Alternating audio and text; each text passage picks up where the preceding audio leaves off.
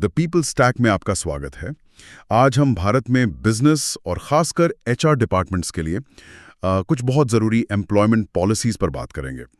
ये पॉलिसीज़ सिर्फ legal compliance के लिए नहीं, बल्कि एक अच्छी वर्क कल्चर के लिए भी बहुत ज़रूरी हैं। बिल्कुल सही कहा।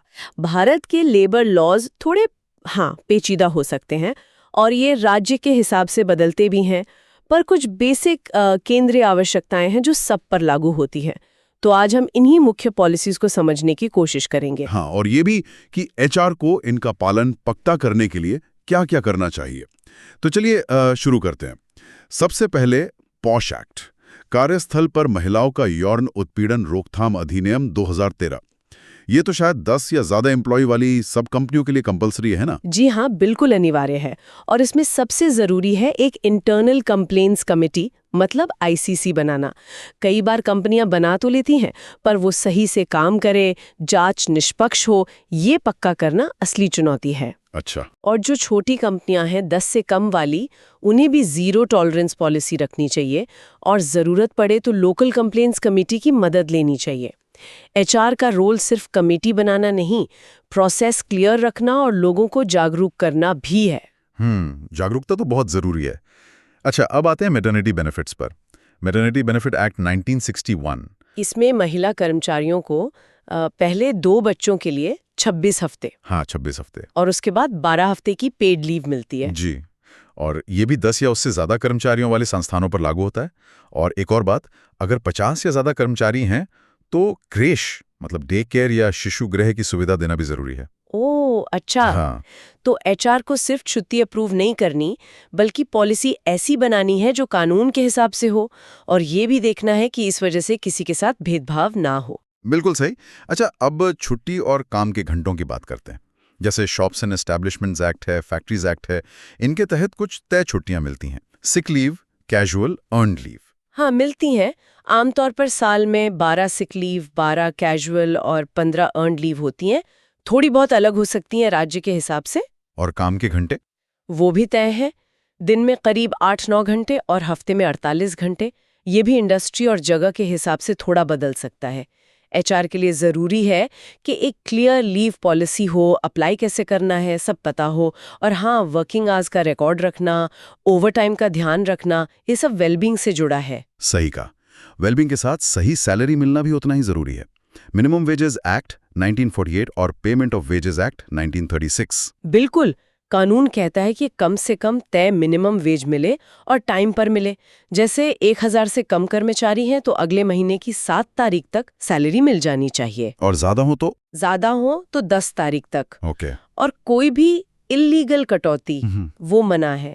एचआर के लिए एक चैलेंज ये रहता है कि मिनिमम वेज रेट बदलते रहते हैं, तो अपडेट रहना पड़ता है। हाँ। पेरोल एकदम सही रखना होता है। हाँ, ये अपडेट रहना तो मुश्किल काम है। अच्छा, सोशल सिक्योरिटी में पीएफ और ईएसआई आते हैं ना? ईपीएफ एक्ट 20+ कर्मचारियों पर। ओके। और ईएसआई एक्ट 10+ पर अगर सैलरी 21,000 से कम है। जी हाँ। जो कंपनियां इसके दायरे में आती हैं उन्हें ईपीएफओ और ईएसआईसी में रजिस्टर करना होता है। हाँ। और फिर एम्प्लॉई और एम्प्लॉयर दोनों का कंट्रीब्यूशन हर महीने जमा करना होता है। यहाँ एचआर को देखना होता है कि रजिस्ट्रेशन ठीक से हो, पैसा टाइम पे जमा हो और कर्मचारियों को इसके फायदों के बारे में पता हो। हाँ। पीएफ रिटायरमेंट के लिए है, ईएसआई मेडिकल और दूसरे फायदे देता है। हाँ। कई बार कैलकुलेशन में या टाइम पर जमा करने में गलती हो जाती है, उससे बचना चाहिए। समझ गया। इनके अलावा भी कुछ और हैं शायद, जैसे ग्रेचुइटी? हाँ, ग्रेचुइटी एक्ट है। हाँ। अगर कोई 5 साल या उससे ज्यादा काम कर लेता है तो उसे ग्रेचुइटी मिलती है। अच्छा। फिर विकलांग व्यक्तियों के अधिकार अधिनियम 2016 है। अगर 20 से ज्यादा कर्मचारी हैं तो एक इक्वल अपॉर्चुनिटी पॉलिसी बनानी होती है। और अपॉइंटमेंट लेटर, वो तो सबके लिए जरूरी है। हाँ, बिल्कुल। अपॉइंटमेंट लेटर तो एक तरह से नौकरी का बेस है। इसमें सब कुछ साफ साफ लिखा होना चाहिए, क्या पोस्ट है, सैलरी कितनी है, काम के घंटे, छुट्टी, नोटिस पीरियड, सब कुछ। ग्रेचुइटी कैलकुलेशन सीधी है, हर पूरे साल की सर्विस के लिए 15 दिन की सैलरी। और विकलांग व्यक्तियों वाली पॉलिसी में सिर्फ भर्ती में भेदभाव न करना नहीं, बल्कि वर्क प्लेस को एक्सेसिबल बनाना, जरूरत पड़ने पर मदद देना और एक लाइजान ऑफिसर नियुक्त करना भी शामिल है। बाप रे, इतनी सारी पॉलिसीज। छोटे बिजनेस के लिए तो ये सब मैनेज करना मतलब काफी मुश्किल हो सकता है। बिल्कुल हो सकता है। और इसी मुश्किल को देखकर कुछ नए सोल्यूशन भी आ रहे हैं। जैसे एक कंपनी है Offer.co, वो एक पॉलिसी जनरेटर मॉड्यूल पर काम कर रही है। ओह अच्छा, वो क्या करेगा? सही HR पॉलिसी बनाने में मदद करना, जल्दी और आसानी से। ये तो बढ़िया है। तो ये थी कुछ मुख्य रोजगार नीतियां जो भारत में हर HR डिपार्टमेंट और बिजनेस के लिए जानना और लागू करना बहुत बहुत जरूरी है। इनसे न सिर्फ लीगल रिस्क कम होते हैं, बल्कि एक ट्रांसपेरेंट और सपोर्टिव माहौल बनता है। कर्मचारियों के अधिकारों का सम्मान होता है। निश्चित रूप से। ये पॉलिसी सिर्फ मतलब कागज पर लिखने की चीजें नहीं है। ये एक नैतिक और पॉजिटिव वर्कप्लेस की नींव है।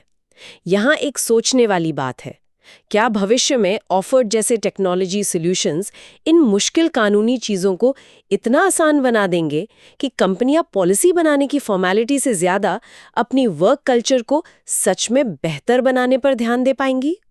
ये वाकई सोचने वाली बात है। एक जरूरी नोट, इस बातचीत में हमने जो भी कहा वो हमारी जानकारी और समझ पर आधारित है। इसे प्लीज कानूनी सलाह ना समझें। अपनी कंपनी या सिचुएशन के लिए हमेशा किसी कॉर्पोरेट लॉयर या लेबर लॉ कंसल्टेंट से सलाह जरूर लें। द पीपल्स टैक्स सुनने के लिए धन्यवाद।